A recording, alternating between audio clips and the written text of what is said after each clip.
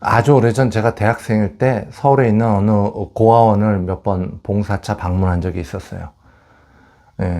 저 자신도 중학교 때 아버지를 잃었으니까 부모를 갖지 못하고 단체 생활을 하던 그들을 보면 아, 우리 어머니가 아니었으면 나도 이렇게 컸겠구나 하는 생각이 들었습니다. 그래서 특별히 마음이 갔었죠.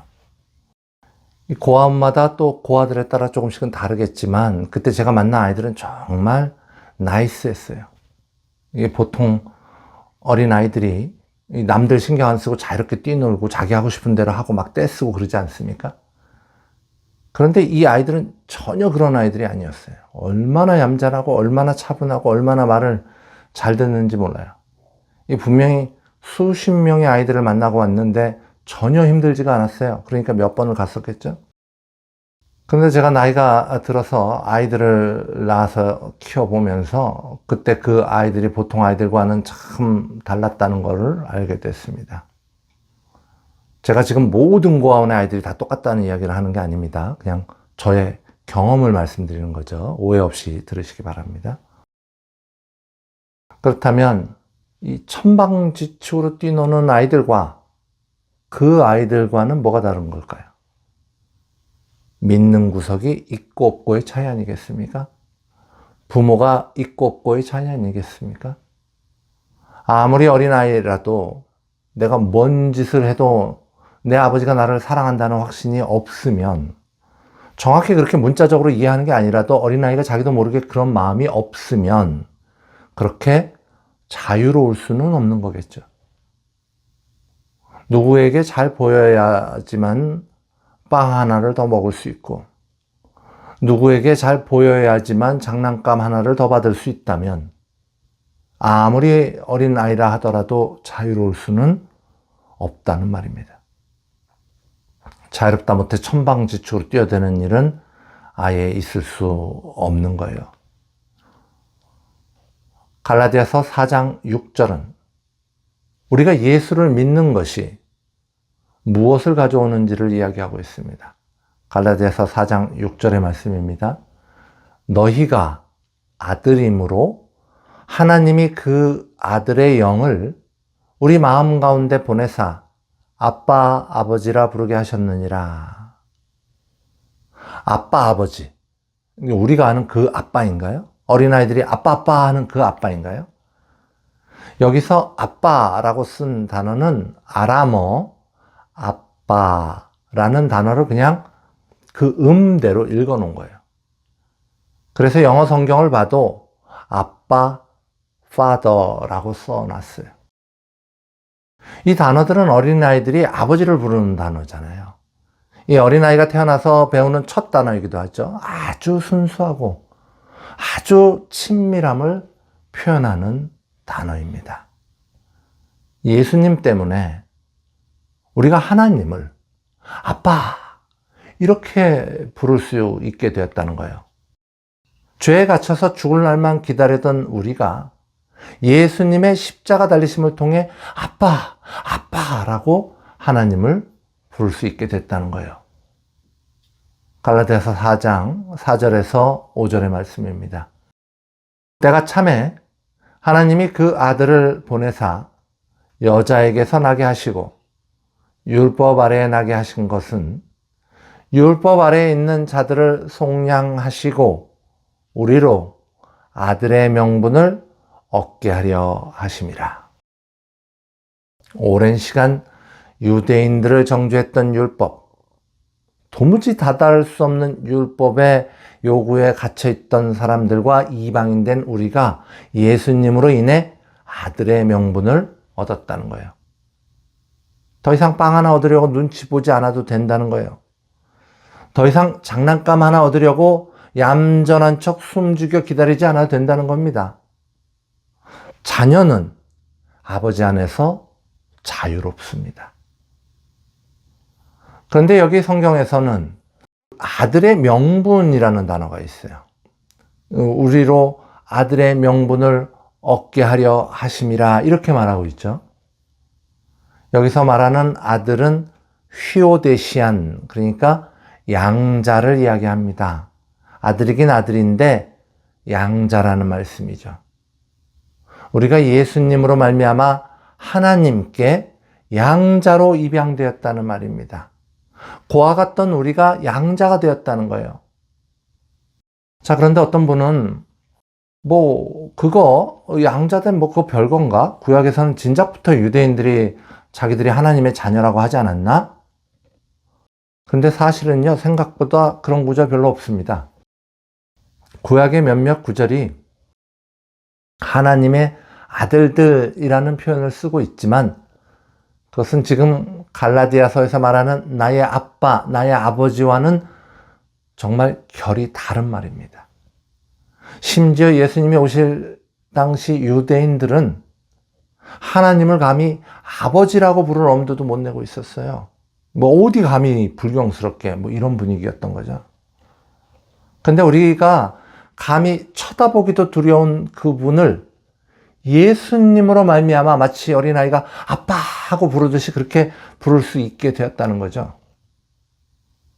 내가 아주 열악한 고아원에서 희망도 없이 슬프게 살아가고 있는데 나는 정말 아무것도 없고 아무 힘도 없고 아무것도 아닌데 왕 중에 왕이 오셔서 나를 선택하시고 나를 부르시고 양자로 삼으셨다는 거예요. 나는 그래서 하나님의 양자입니다. 하나님은 오직 하나뿐인 아들 예수의 핏값을 지불하시고 나를 양자로 삼으셨어요. 그래서 은혜요. 그래서 감사일 뿐입니다. 놀라운 일이 일어난 거예요. 자, 그럼 이제 내가 양자로 입양되어 왔는데 입양되기 전에는 하나 마음대로 구할 수도 없었는데 그저 두려움에 눈치만 보고 있었는데 이제 아빠가 생겼으니 뭔가 좀 바뀌어야 되지 않겠습니까? 그러려면 뭐가 필요할까요? 아니, 아버지한테 뭘 구해야 하는지를 알아야죠.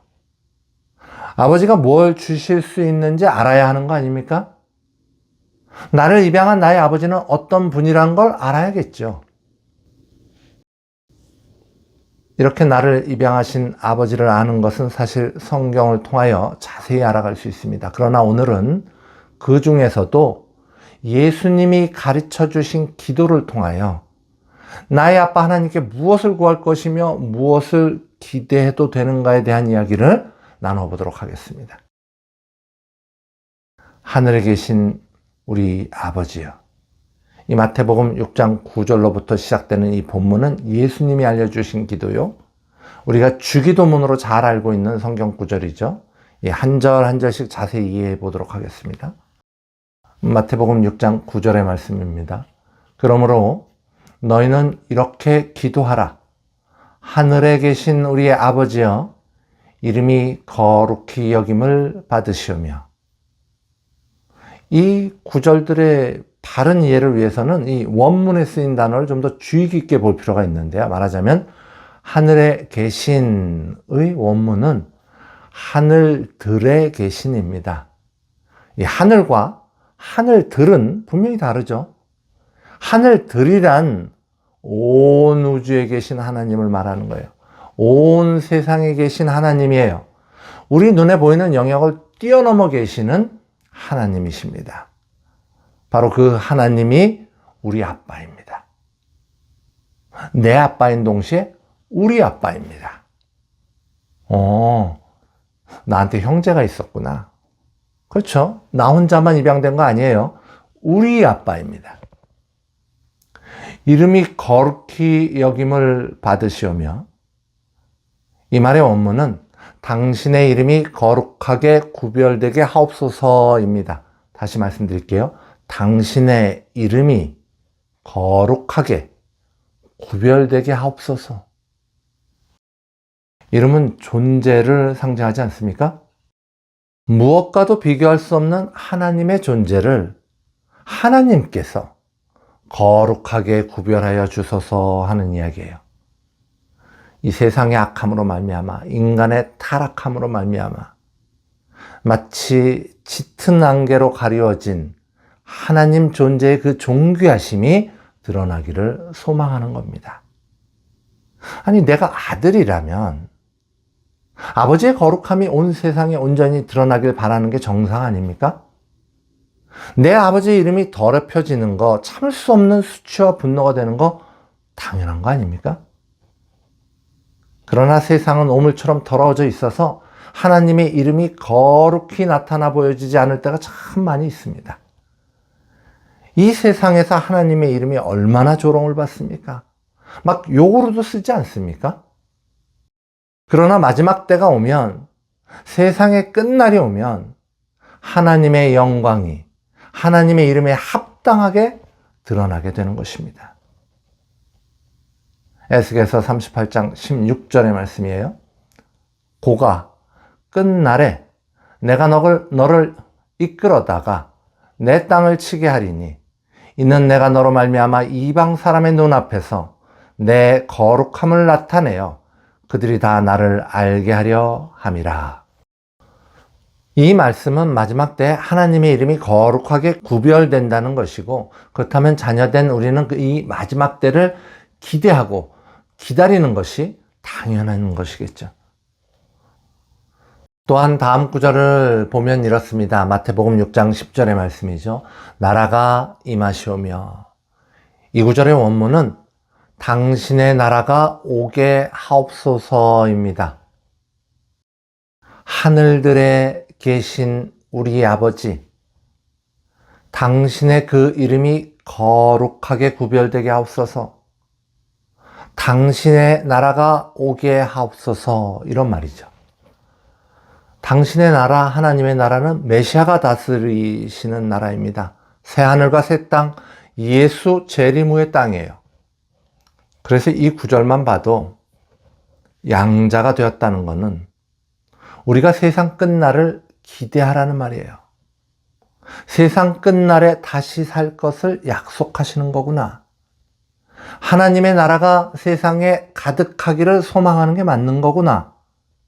예수 재림을 기대하는 게 바른 거구나. 이런 것을 알 수 있는 거죠. 그러기에 성도라고 하는데 예수 재림에 대해서 관심이 없잖아요. 마지막 날에 대해서 관심이 없잖아요. 그러면 그건 아들이 아버지 일에 관심이 없는 거예요. 동시에 그건 자신의 미래에 대한 관심도 없는 게 되는 겁니다. 계속해서 다음 구절을 보겠습니다. 뜻이 하늘에서 이루어진 것 같이 땅에서도 이루어지이다.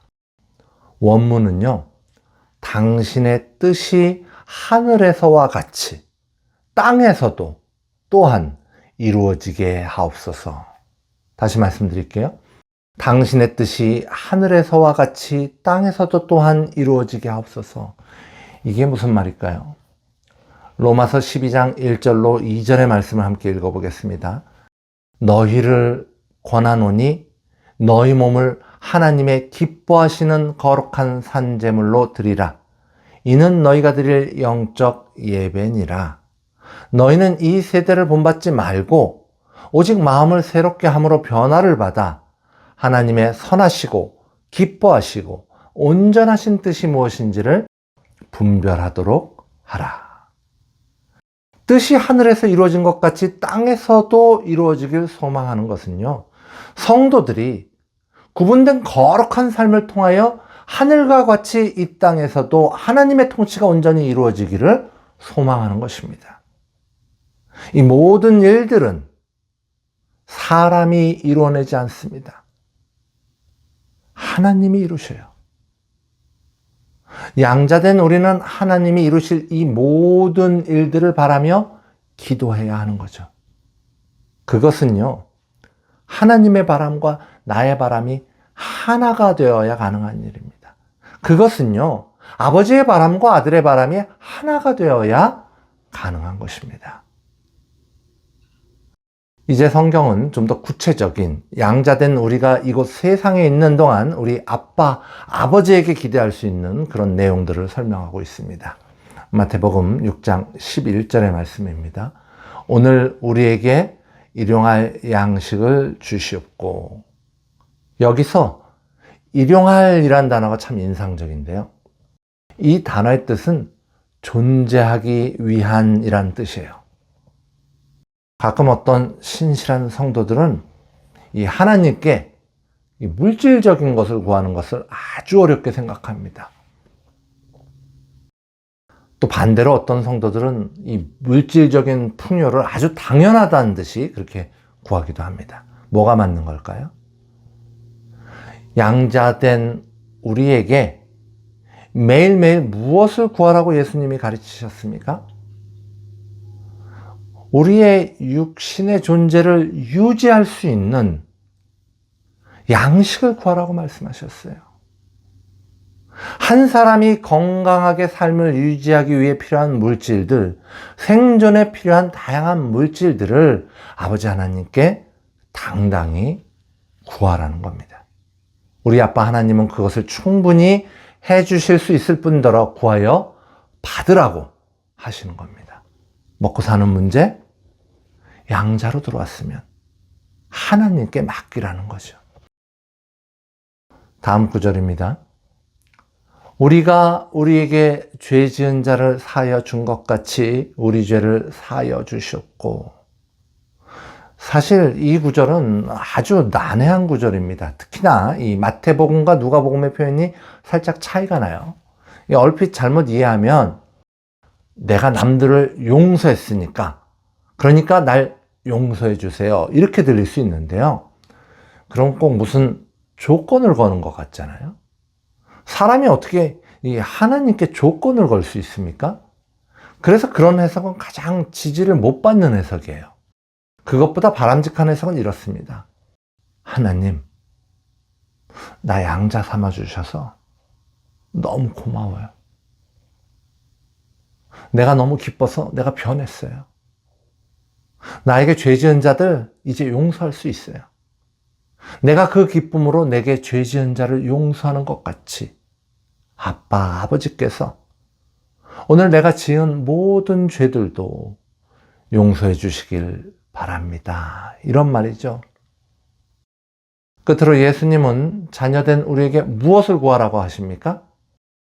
우리를 시험에 들게 하지 마시옵고 다만 악에서 구하시옵소서. 나라와 권세와 영광이 아버지께 영원히 있사옵나이다. 아멘.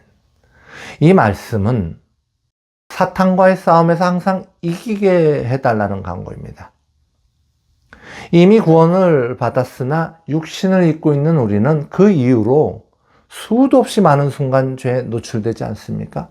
수도 없이 사탄과 맞닥뜨려지지 않습니까? 사람은요, 사탄을 이길 힘이 없어요. 그래서 아버지, 나 이거 못 이겨요. 아버지, 나 육신의 욕을 못 이겨요.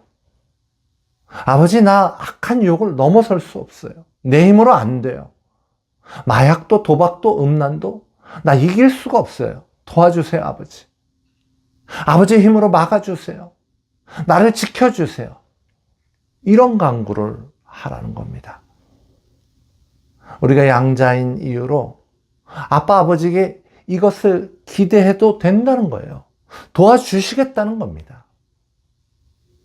사랑하는 성도 여러분, 우리는 예수로 말미암아 하나님의 양자로 입양되었습니다.